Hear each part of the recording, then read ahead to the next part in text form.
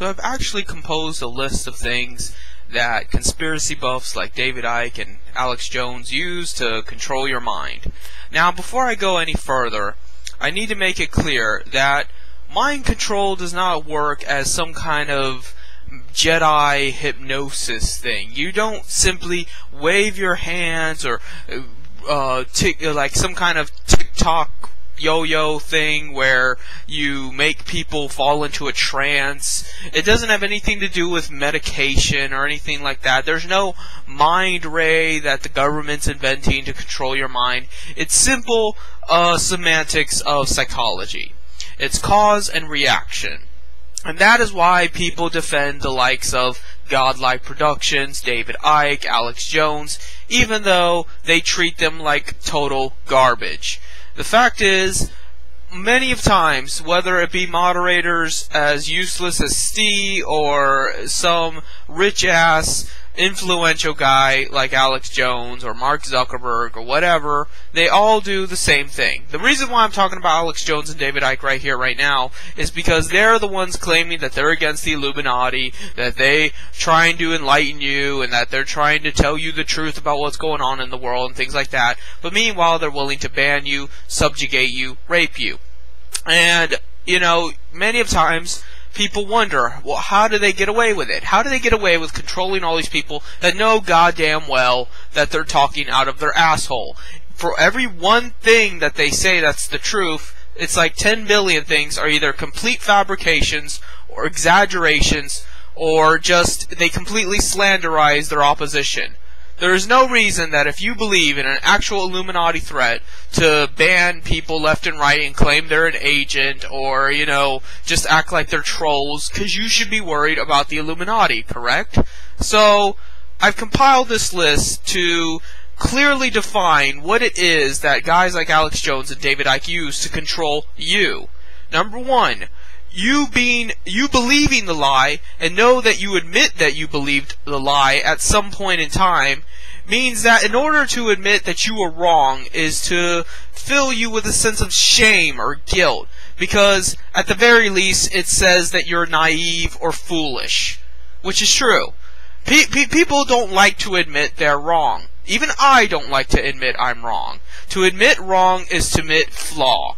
And while we know consciously that we're human beings and we're flawed, and sometimes we're not going to make the rational decision, it's hard to come to that conclusion. It's hard to go that extra mile and say, yes, this was wrong. I am sorry, I should have done better, but I didn't. Maybe there's something I can do to improve that. Most people are not willing to do that. Most people will fight tooth and nail to ever have to admit that they were wrong about something.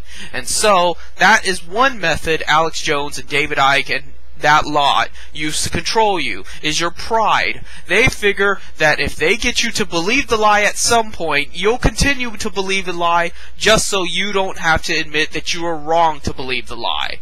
Number two, you cannot reach your own logical conclusions, so you stick to this since it satisfies you. It's intellectual laziness and submission. The fact is that because you don't know what's going on in the world, and you know there are people working behind the scenes, rich, powerful people, nefarious people, you just figure Alex Jones and David Icke know better than you. It's simple. If you sound intellectual, people will think you're intellectual. If you use big words, sometimes that impresses stupid people.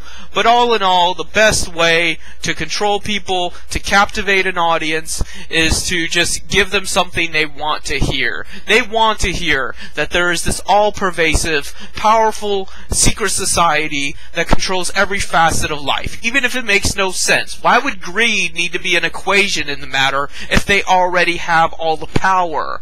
Maybe if Illuminati was plural, as I suggest, that's why I say Illuminati, where there are multiple secret societies and multiple institutions that desire power and control, and are sometimes willing to cut each other's throats to get it, but all in all will tolerate one another's existence and use more civil means to control the environment and the labor and everybody.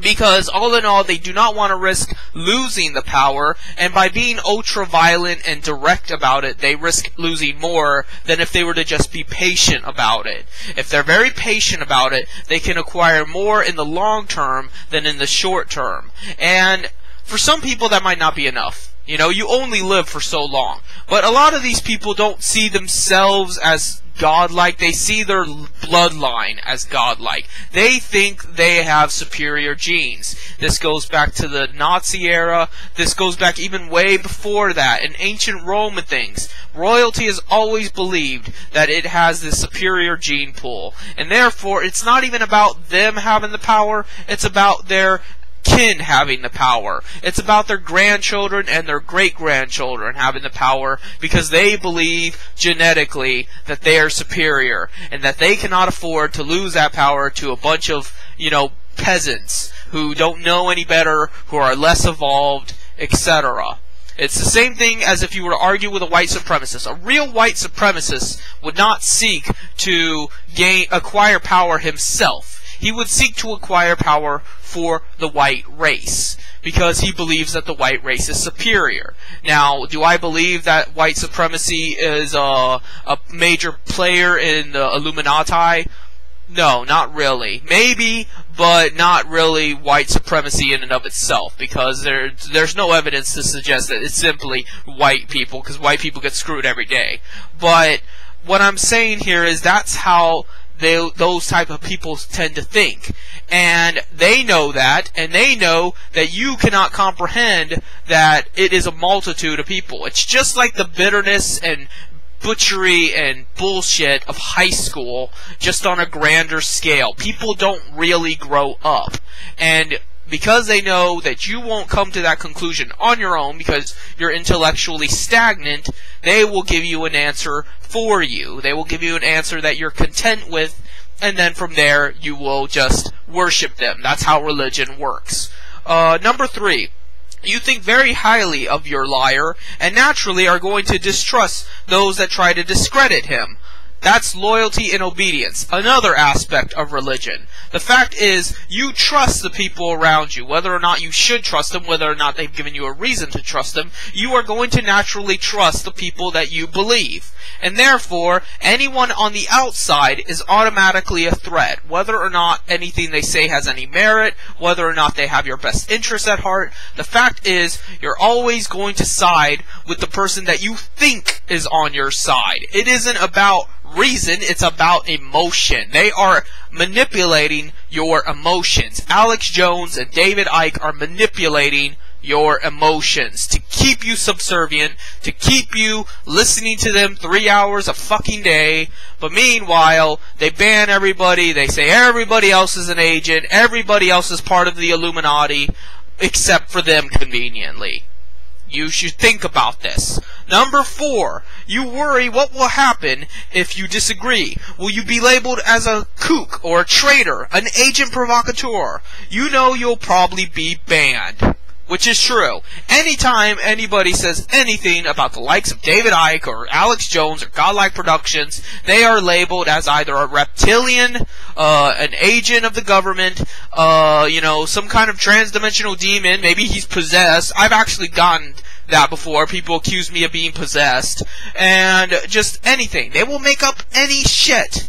And people will believe it because it comes into contradiction of what they've established as the truth. And the fact is, it's peer pressure. When a bunch of people are saying it, you don't want to be on the outside of that spectrum because you don't want to be the target of that wrath. And that is terrible. That is murderous, and that is the problem with our society. That's the problem with all societies, and it's been the problem with all societies since the fucking beginning of time. And until you're willing to come to terms with that, it's not going to get any better.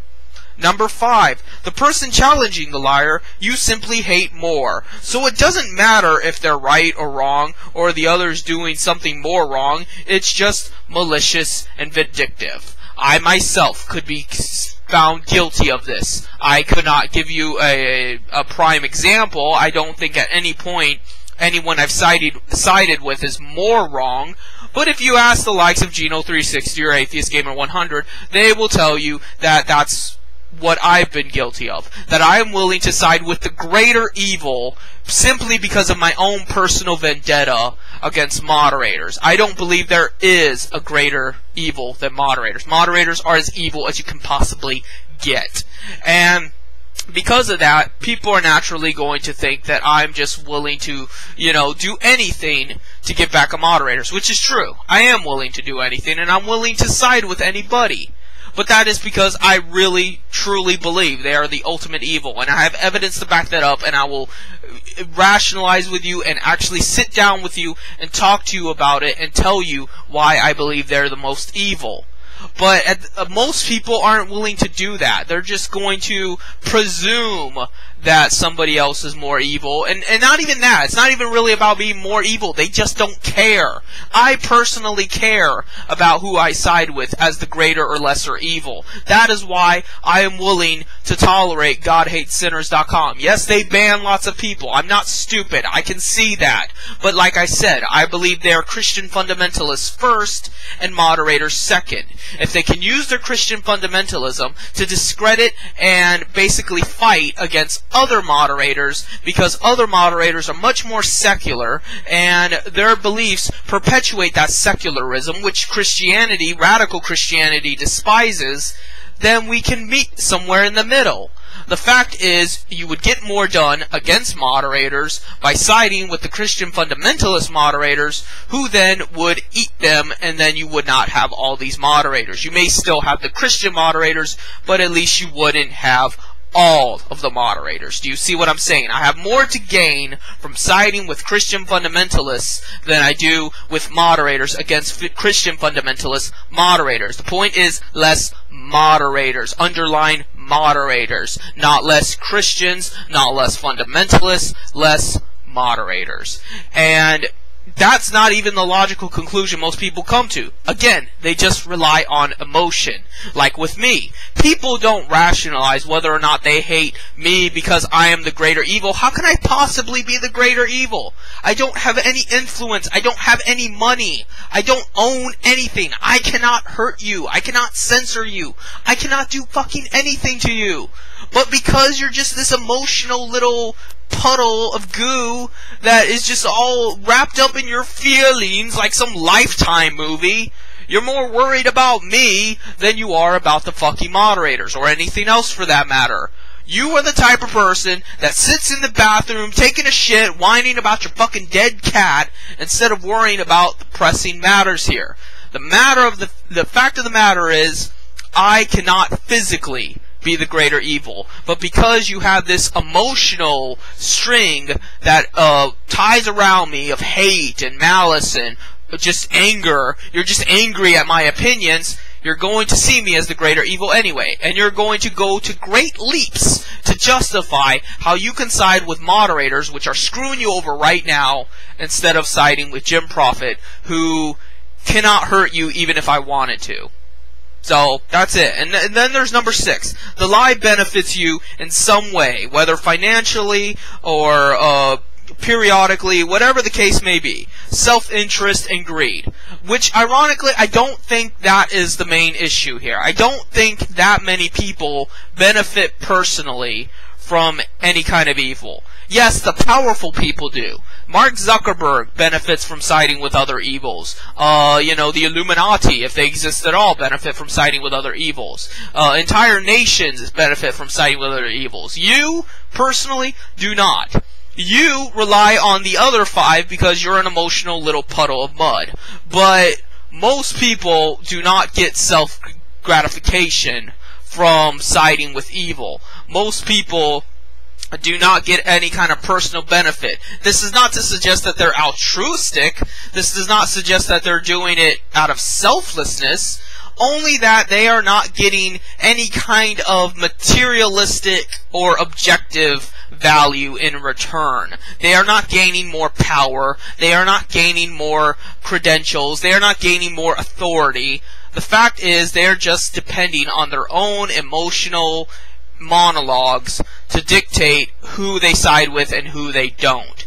And maybe I could word this better, but what I'm essentially getting at here is how guys like Alex Jones and David Icke and Godlike Productions and any other moderator for that matter, Steve, Moot, they know how to grab a hold of your emotions. They grab a hold of your emotions and twist them around to make you work for them. It doesn't benefit you. It isn't the logical conclusion. The people you rail against are hardly even a threat to you. But the fact is, those people have got your emotional center. They have figured out what makes you tick, and then they use that against you and against everyone else who is even remotely in opposition to them. It doesn't even have to be they're directly attacking them. I do not directly attack moderators. I've never gone and tried to make a personal feud with any individual person.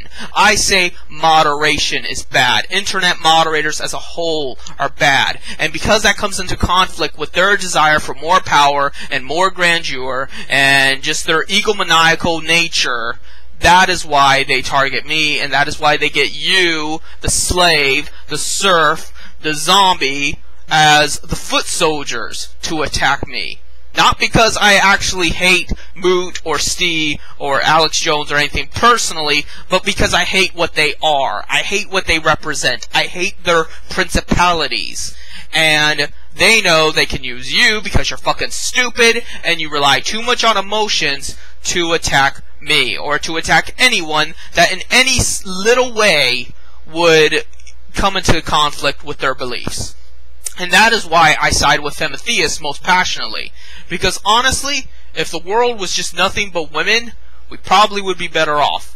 Maybe women are more emotional. Maybe women are more vindictive. But they're more vindictive and emotional in a personal manner. They think when they're attacked, it attacks them personally. And therefore, they will act more in the interest of securing their own emotional stability than they will of whatever overlord they're worshiping at the time. The fact is, I just don't think it's in women's nature to support moderators or to strengthen moderators because they act on a different frequency than men do. Men and women are periodically different. And because they're periodically different, it would not be the same kind of evil. And that's all I'm trying to go for here. I'm not trying to go for some utopian. I'm just saying anything is better than this. Anything is better than moderators. And because of that, that is why I say there is no ultimate good. There is only evil versus evil. There might be lesser evils. There might be lighter shades of gray evil. There might be evil that you might define as good because it is not that dark, primordial evil, but it is not so simple as to say good and evil. What you have is a spectrum of emotions. What you have is a spectrum of thoughts and actions and results. What you have is greed versus lust versus anger versus righteousness versus justice, which can easily be corrupted into one of those other things. All emotions and all thoughts intertwine into this gigantic web of what we call human involvement, what we call human interaction. And all I'm saying to you is that the way the web is weaved right now is not working. It's not working to anybody's advantage, and it's completely wrong. It's completely unjust. And if we can alter it even just a little bit, we would probably be better off, and maybe it wouldn't get worse. So, hopefully that makes you understand a little. Hopefully you learn a little something. It makes you think about these issues a little deeper, and you will see what it is Jim Prophet is trying to fight here, and what it means to define good and evil.